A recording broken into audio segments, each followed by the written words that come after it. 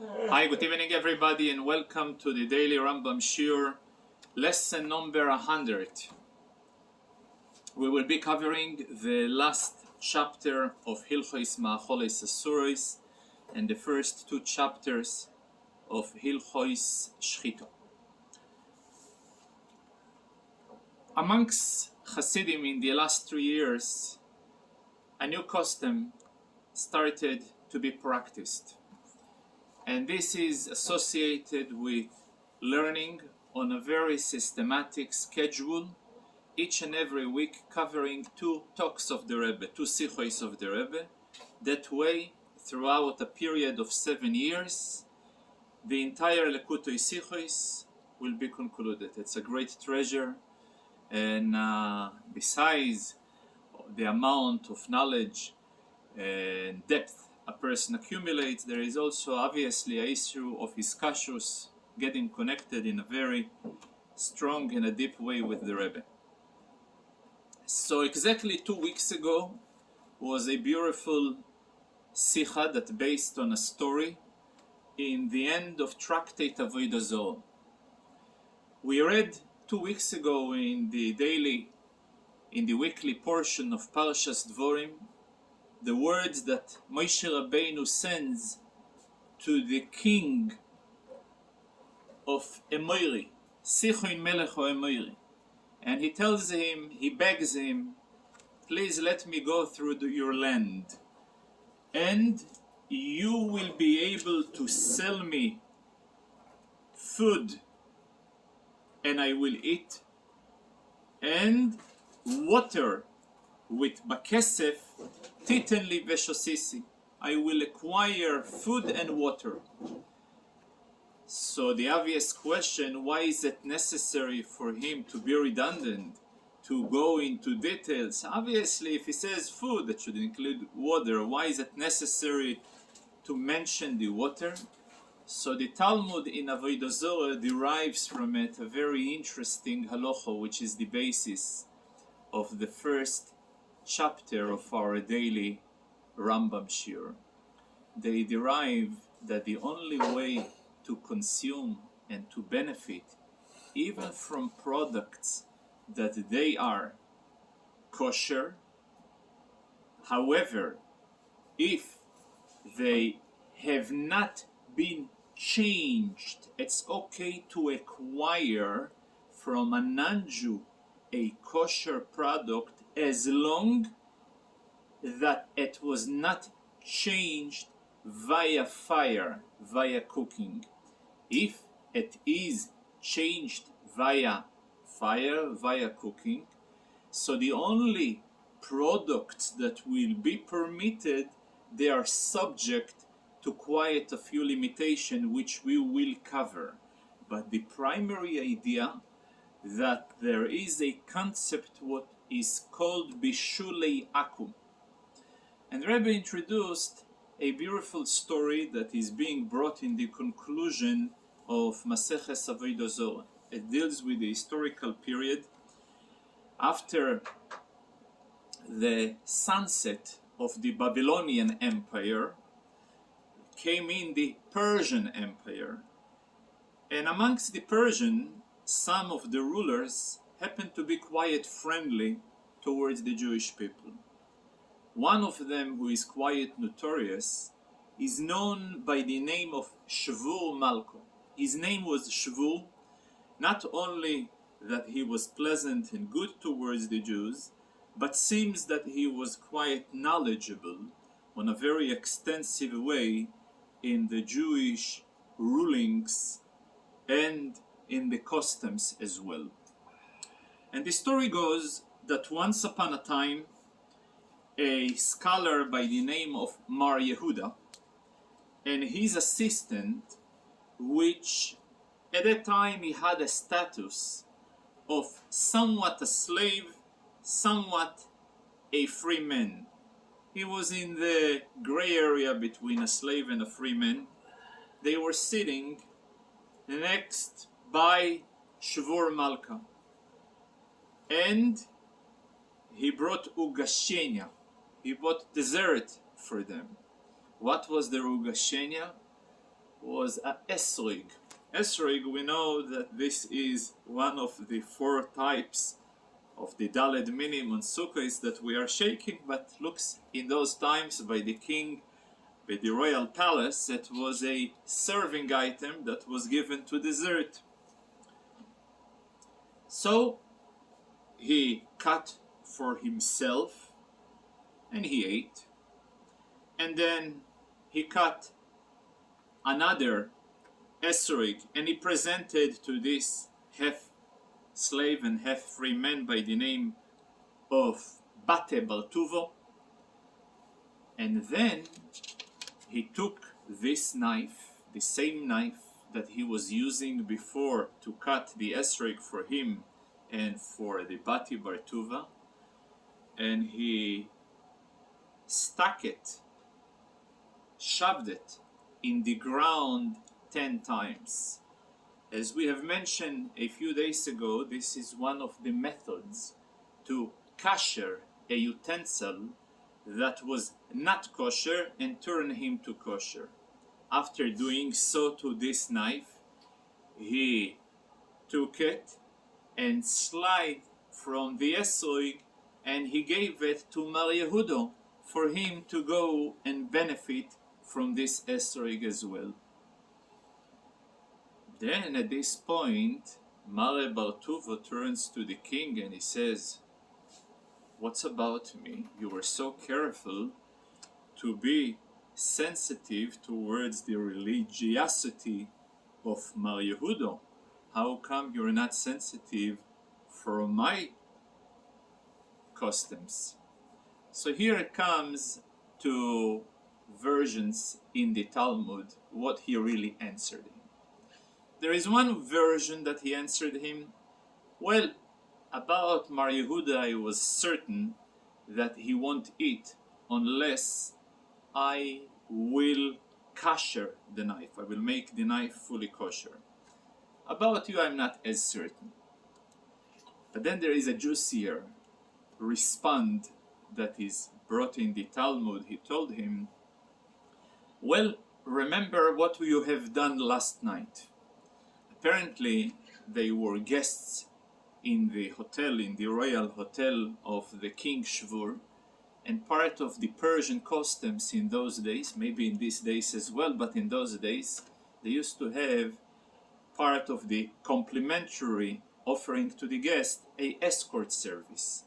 So this Bati Bartuva, he accepted those escort service, and yet Rav Yehuda rejected. So he says, basically told him the entire idea of being careful from an item that was cooked by a non-Jew, it is as a mean to prevent assimilation.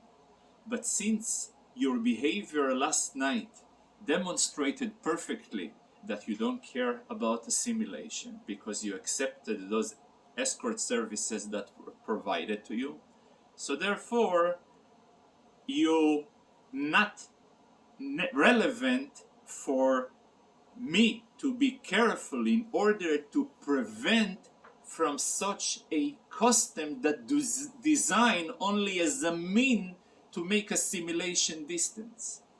So there is an entire discussion in the Sicha of the Rebbe about the second respond.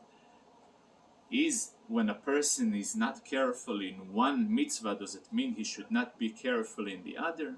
So one of the explanation that given the fact that he, as I've said before, he was not fully Jewish in the sense that all the restriction were really applicable to him. He was Jewish, that some restriction, but when it comes not to have any union with somebody who is not Jewish, as we know that when a person is a Eved, those typical restriction that comes to intimate relations that apply to each and every Jew is not necessarily applicable to him. But what do we see from this entire story? We see an interesting concept that part of the items that were introduced in order to keep a distance and isolation from assimilation, so certain gzeros, certain decrees were introduced. And we're going to go through them one by one via the order of the first chapter of our shir, which happens to be the last chapter of Hilchos Ma'acholos Asuros. So it starts with a very interesting halacha.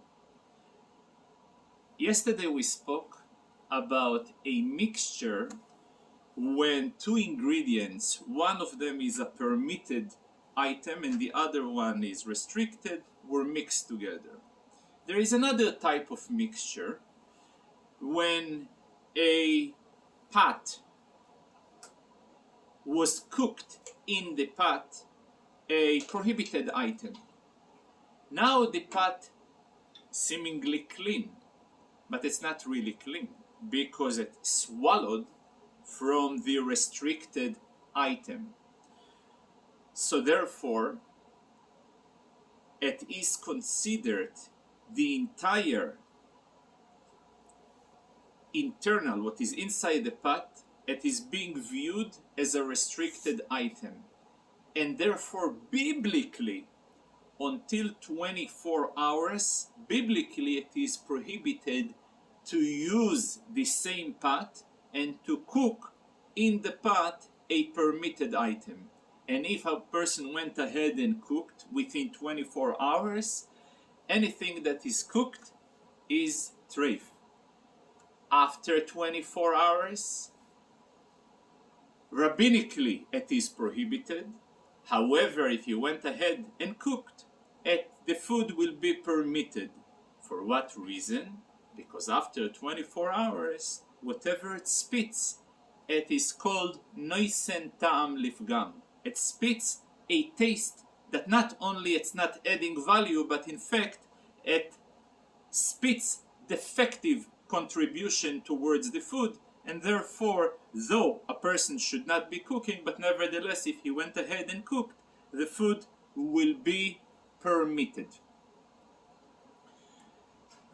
Further than this, and this we are going back again to the Torah, to the readings that we read 3 weeks ago, after the Jews have waged a war against the Midianites, and they came back with lots of spoil from the war, they received an order what and how they should deal with the utensils, with the dishes that they have acquired while they were winning the war. And there is a very precise order. There is 2 steps that necessary for them to take.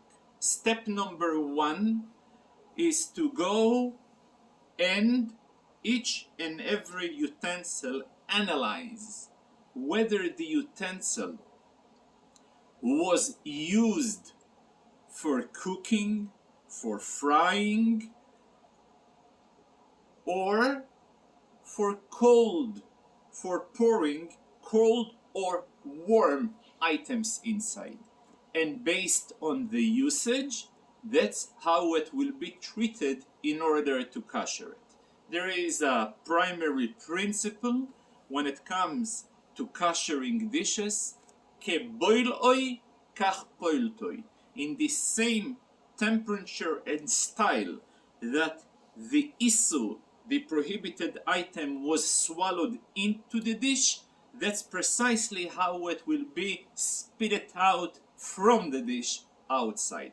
For that reason, if we're talking over here about metal items that they were using it to roast, to fry, so the way to spit back the issur, it will be via libun, via direct contact with actual fire.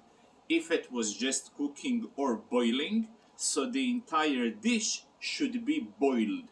How it should be boiled? I should take a bigger dish and place the smaller dish inside the bigger dish, put it on a high temperature, boiling water, and by doing so, it will spit the entire issur that it is inside, outside, and that's how it will be kosher. If we're talking about a huge utensils, there is no bigger utensils to be found in order to put the big one in it. So the trick is you can surround the outside top of the utensils with dough or with clay, and fill up this utensil with boiling water until they should boil out, and this is a way how to kosher a big utensil.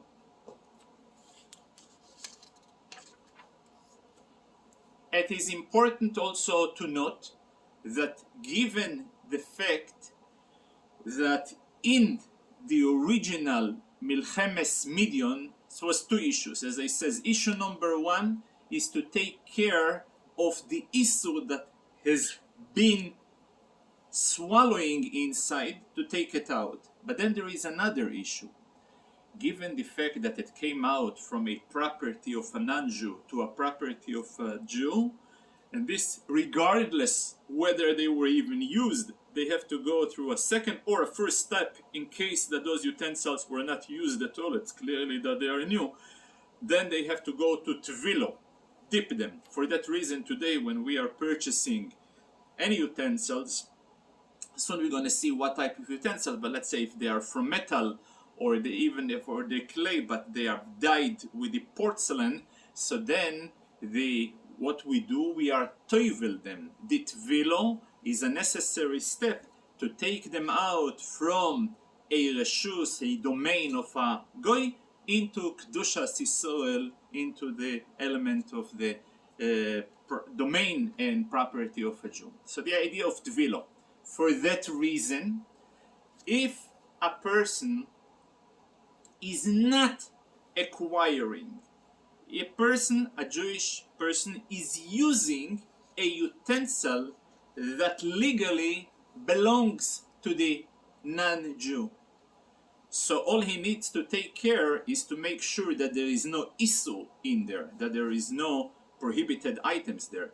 Not necessarily to be toivel. Tvilo is only if a Jewish person acquires a new ownership. If we're talking about knives, so in order to kosher knives typically, they are not being used on heated items. So there is a few ways, or to sharpen the knife, or to place it next to fire, or, as we said before, 10 times, like in the story of the Talmud, like Shvur Malke have done, 10 times, Noi Atso Bekarka, place it into the ground. What about candle? Candle of the knife? No, it's only the knife, only the metal, Now, as I've said before, the foundation of this prohibition, it is in order to stay away from exposure to assimilation. So for that reason, even wine that has no issue of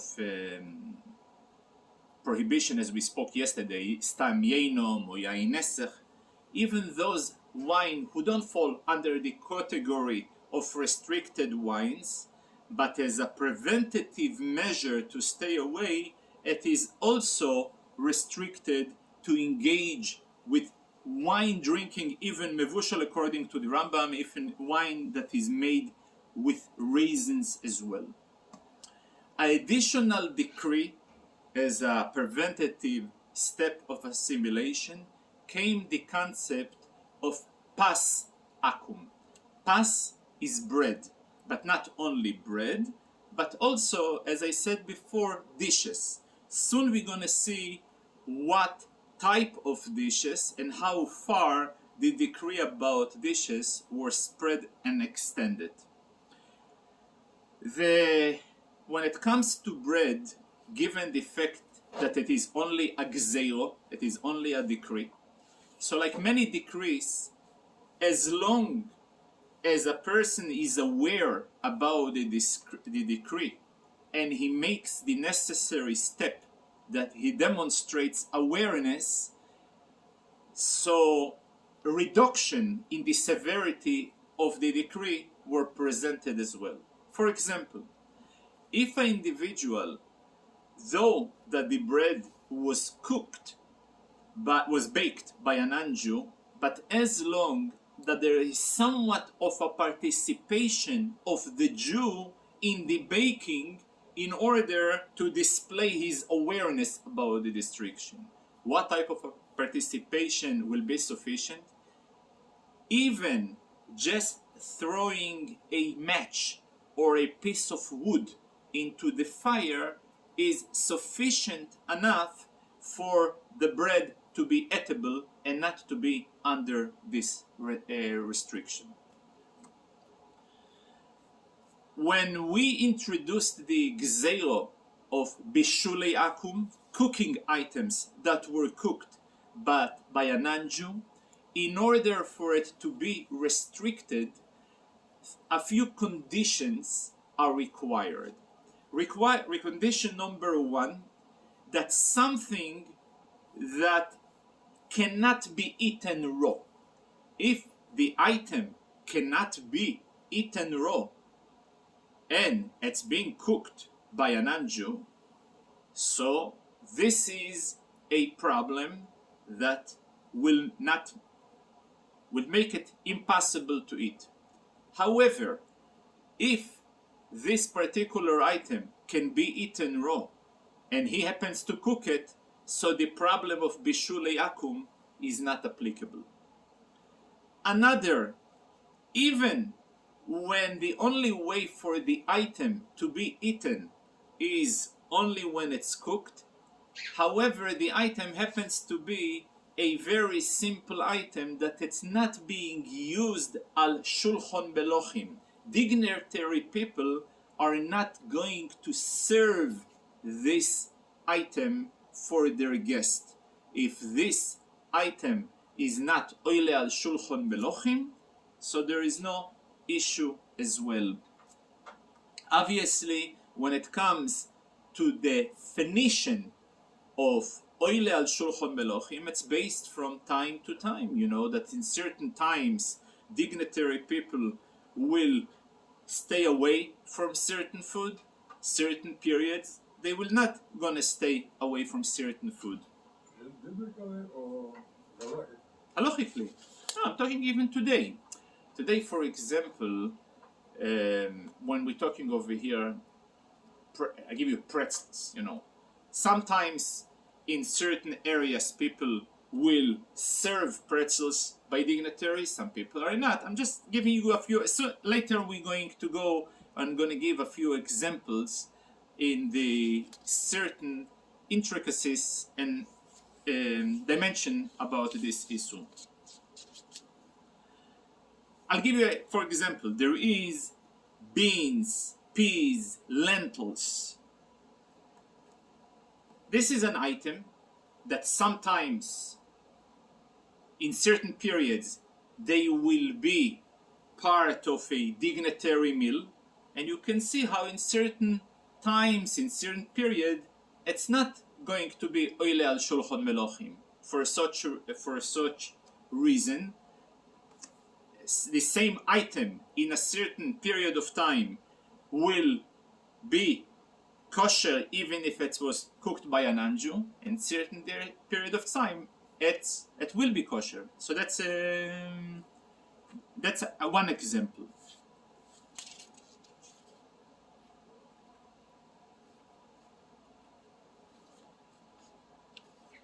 There is another also exception when an item that has been cooked by a non-Jew will be permitted if his intention to begin with was not in order to cook it. He gives an example. He had an intention to burn a bunch of straw, and while he was doing it, some grasshoppers, I've biblically grasshoppers are kosher, some grasshoppers are kosher, or any other fish were cooked on the way. So if his original intention was not to cook but to do something else, it was also going to be permitted. Another exception where Bishul Akum is not applicable when it comes to pickled, of course pickled not in vinegar, but pickled in water or pickled in salt. So then, although regarding to other issues, pickling or salty will be considered like cooked, but when it comes to Bishul Akum, it's not going to be considered like cooked, and it will be permitted. So that's the general 4 requirements for a item that will be considered Bishul Akum.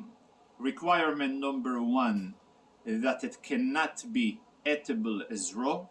Requirement number 2, that his intention is to cook. Requirement number 3, that it must be oile al shulchan belochim. And also, as I said, another requirement that only in the form of cooking, if it comes in a form of pickling or salting, it's regarding that issue, it's not considered to be a bishul.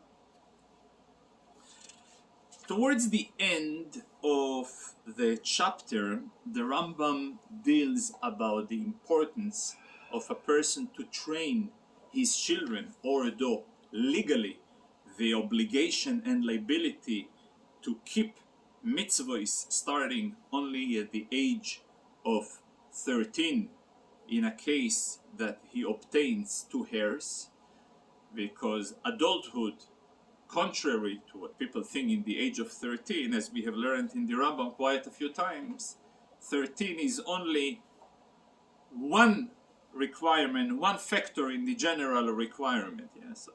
But nevertheless, if a child is not legally an adult yet, he is not committed to and liable to do the mitzvot, but his parents have a commitment to train him to all the aspects of kashrus and all other mitzvot as well. There is also, towards the end, a very important ruling as far for a person to stay away from harmful food that can harm him in any form of shape, and also to customize himself to go in the washroom and not to hold his needs, because by holding he exposes himself to horrific dangers. So good food habits, good toiletry habit, they are the guaranteeing for a healthy and a holy lifestyle. Now we will give a few introductory, so we concluded basically the rules of Hilchos Ma'acholos Asuros, and today we will be starting the rules of Shechita. The word Shechita in Hebrew is slaughter. This is the only mitzvah that in the text of the written Torah is encrypted outright, written outright, and referred outright, and redirected outright in the written Torah. You are being redirected to go to the oral Torah. The only place in the Torah that it is written, when you will be blessed and with the desire and means to obtain food of cattle, you should slaughter at first according to the order that I have commanded you. Though the actual order of command cannot be found anywhere in the Torah, but those words is a redirection, is a reference towards the oral Torah typically always we are referring to the oral Torah as the authority that was delegated to the scholars to interpret the Torah, to see when there is a need to introduce decrees, to introduce different means to guarantee, as today we've covered, the continuation, or to guarantee towards from exposure to assimilation and so on. But here is a very unique reference to the oral tradition, not in the sense of a typical function of the oral tradition, but to the original function of the oral tradition as a equal authority towards such an important part of our life. And this is one important, although it's a by the way, but it is important nonetheless in a global scope, that the only outright reference of the oral tradition in the sense of knowing how to fulfill and to have the proper instruction is engraved in the Torah Shebiksav. There is another also a very important thing that later on we're going to learn in the rules of Shechita, how we should never downplay even a fraction, because in the Torah, towards the end of Parsha Shmini, it is written the following text: you should be able to make a distinction between the animal that is eaten and the animal that is not eaten. And Rashi is asking, do you need to make a distinction between a cow or between a horse, between something that every child knows? To make a distinction, comes Rashi to tells you, is in order to make a distinction between whether the majority of the pipe, later on we're going to see what pipe, there are two types of pipes by the animal, and what is the difference whether the half a pipe were cut or a majority of a cut. Between the half and the majority there is only a fraction that cannot really be even measured. It can be measured, so that's how the fraction of a space makes a totally different outcome between something that is really kosher or not, which is also another lesson that comes across dafke in the rules of kashrus. So, as I said before, though the outright pasuk about the importance to follow specific instruction in slaughtering appears regarding a cattle, but nevertheless there is comparisons that the same treatment should apply